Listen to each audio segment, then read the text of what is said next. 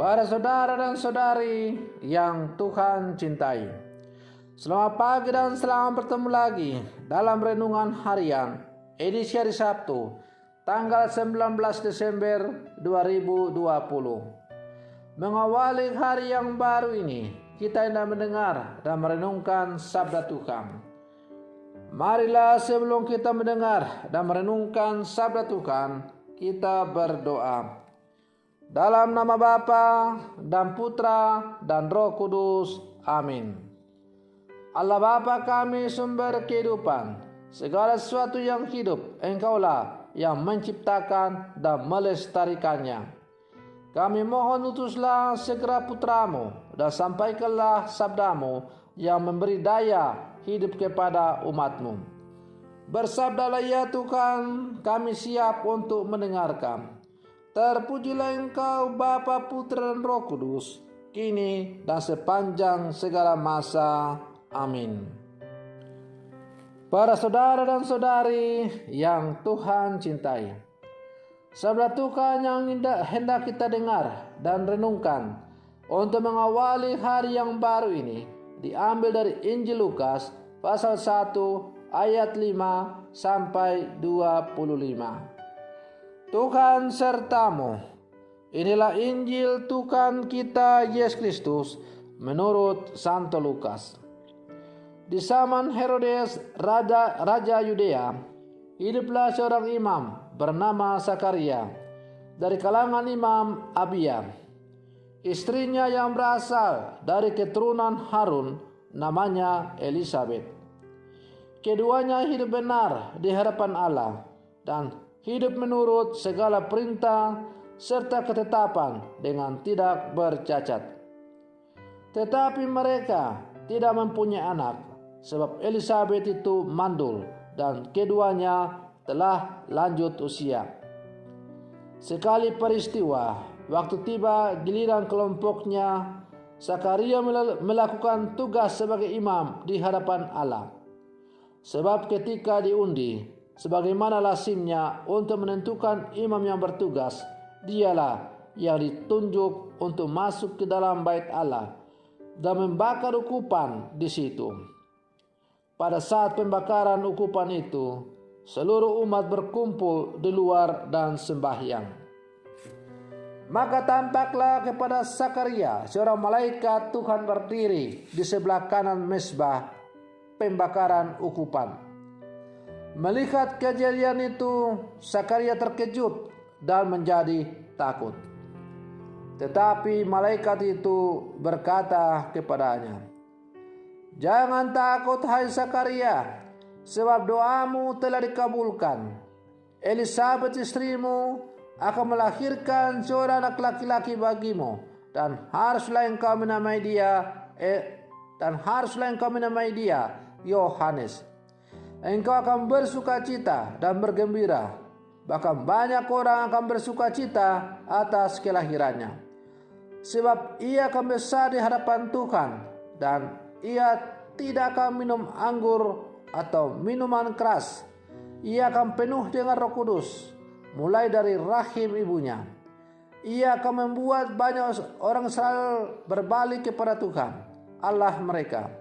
Dan ia akan berjalan mendahului Tuhan dalam roh dan kuasa Elia untuk membuat hati para bapa berbalik kepada anak-anaknya, dan hati orang-orang durhaka kepada pikiran orang-orang benar. Dengan demikian, ia akan menyiapkan satu umat yang layak bagi Tuhan." Lalu kata Zakaria kepada malaikat itu, "Bagaimanakah aku tahu bahwa hal itu akan terjadi, sebab aku sudah tua dan istriku pun sudah lanjut umurnya?" Jawab malaikat itu kepadanya, "Akulah Gabriel yang melayani Allah. Aku telah diutus untuk berbicara dengan engkau dan untuk menyampaikan kabar baik ini kepadamu. Sesungguhnya engkau akan menjadi bisu dan tidak dapat berkata-kata sampai pada hari semuanya ini terjadi, karena engkau tidak percaya akan perkataanku yang pada waktunya akan terbukti kebenarannya." Sementara itu, orang banyak menanti-nantikan Zakaria. Mereka begitu heran bahwa ia begitu lama berada dalam bait Allah.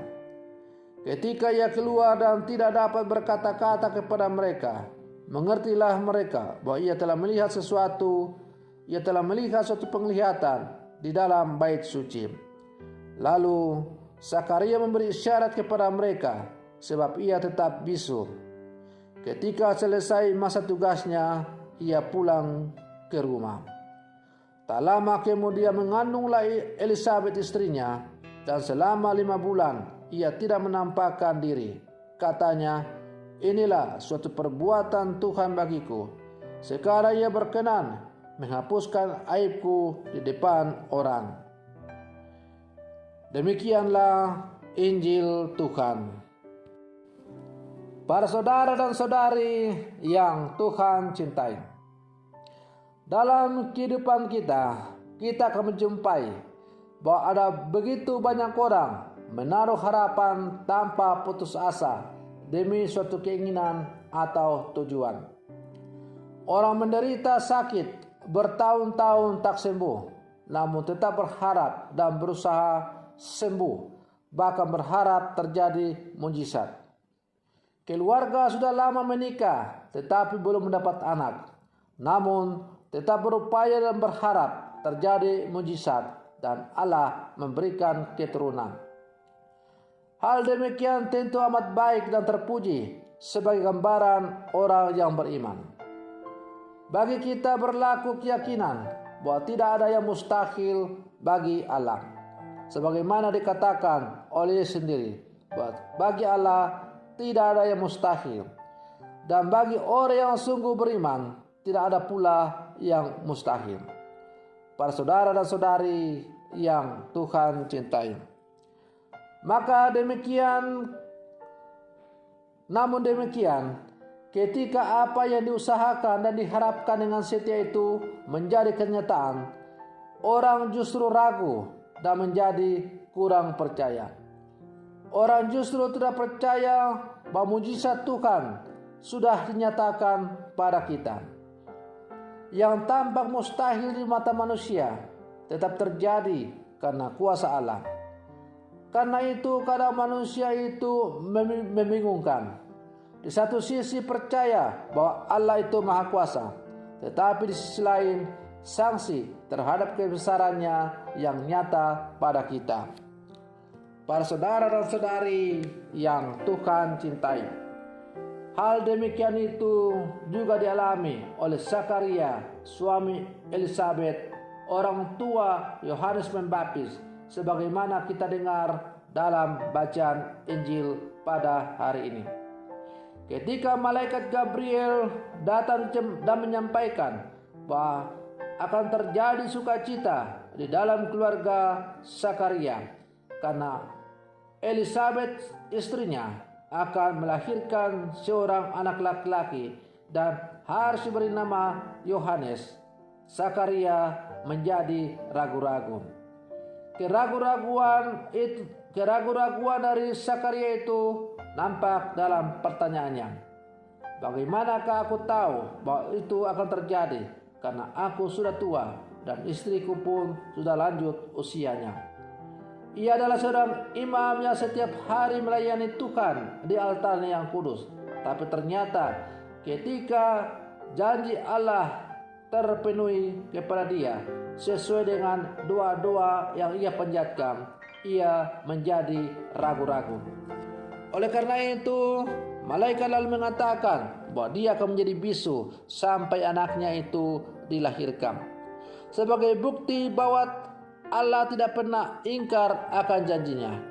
Apa yang tampak mustahil bagi manusia, bagi Allah itu bukan sesuatu yang mustahil. Bagi Allah segala sesuatu itu mungkin adanya. Para saudara dan saudari yang Tuhan cintai, pengharapan hendaklah jangan pernah luntur dari kehidupan kita sebagai umat manusia. Bahwa sebagai orang-orang beriman dalam menjalani kehidupan kita sehari-hari, mungkin kita mengalami berbagai macam tantangan-tantangan, cobaan-cobaan, goncangan-goncangan yang begitu hebat. Kadang-kadang peristiwa-peristiwa hidup itu membuat kita mengalami keraguan-raguan di dalam hidup kita. Tapi saudara dan saudari yang terkasih, hendaklah pengharapan bahwa Allah tidak akan pernah meninggalkan umatnya selalu tumbuh kuat dalam diri setiap hati orang beriman, karena memang Allah tidak pernah meninggalkan umatnya.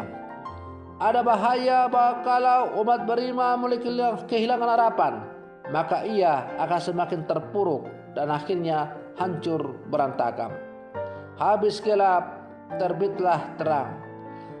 Setelah hujan yang lebat, pasti muncul pelangi yang indah, yang mewarnai dan enak dipandang oleh setiap orang. Para saudara dan saudari yang Tuhan cintai, oleh karena itu, sebagai orang-orang beriman, kita harus selalu memiliki pengharapan yang teguh dalam kehidupan kita, karena bagi Tuhan, Ia tidak akan pernah meninggalkan umatnya.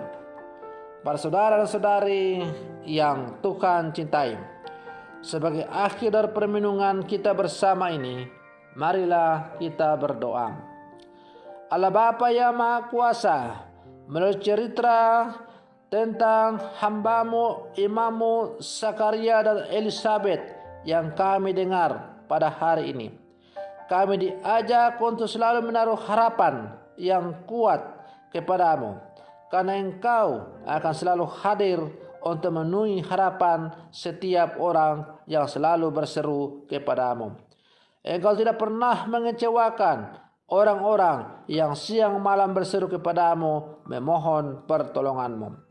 Oleh karena itu ya Tuhan, semoga harapan bahwa Engkau tidak pernah meninggalkan orang yang siang malam berseru kepada-Mu memohon pertolongan, kini boleh menjadi nyata atas orang-orang yang membutuhkan pertolongan-Mu secara khusus. Karena itu kami berdoa untuk semua orang sakit. Semoga dengan pertolongan-Mu Engkau datang menjamah semua orang sakit yang dirawat di mana saja, entah di rumah sakit atau di tempat yang lain. Semoga dengan jamahan-Mu melalui tangan-tangan sesama yang merawat mereka, akhirnya mereka boleh memperoleh kembali rahmat penyembuhan. Datanglah juga dan nyatakanlah jamahan-Mu terhadap umat-Mu yang sedang mengalami pergumulan hidup, yang sedang menanggung beban-beban berat dalam kehidupan mereka. Semoga kedatangan-Mu dalam kehidupan mereka lewat sesama yang memberi perhatian, mereka merasakan bahwa Engkau tidak pernah meninggalkan mereka. Nyatakanlah pula penyertaan-Mu kepada seluruh umat-Mu yang sedang berjuang untuk membangun kehidupan yang semakin baik lewat pekerjaan-pekerjaan serta usaha-usaha yang mereka jalani. Biarlah melalui usaha-usaha yang mereka jalani, Engkau selalu hadir menyatakan cinta-Mu kepada mereka. Nyatakanlah pula penyertaan-Mu kepada orang-orang yang selalu menaruh harapan agar supaya perdamaian sejati tercipta di muka bumi ini, sehingga semua manusia boleh hidup rukun damai dalam kehidupan karena mereka saling mencintai satu sama lain. Maka biarlah perdamaian yang mungkin saat ini terkoyak-koyak oleh karena egoisme manusia, tapi pelan tapi pasti dengan kuasa cinta-Mu, dengan kuasa-Mu sendiri, akhirnya perdamaian kembali tercipta di muka bumi ini. Allah Bapa yang Maha Kuasa, akhirnya turunkanlah berkat-Mu yang berlimpah-limpah untuk diri kami semua. Dalam nama Bapa dan Putra dan Roh Kudus. Amin. Selamat pagi, Tuhan Yesus memberkati. Shalom.